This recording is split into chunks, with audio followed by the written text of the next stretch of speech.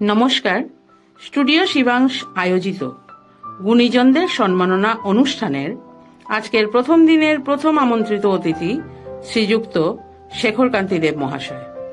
আপনার হাইলাকান্দি শান্তিবন মহাশ্মশান পুনর্নির্মাণে যে অক্লান্ত পরিশ্রম এবং অবদান, তার লাগিয়া স্টুডিও শিবাংশের পক্ষ থাকিয়া একটা ছোট্ট সম্মাননা প্রদান করা হল।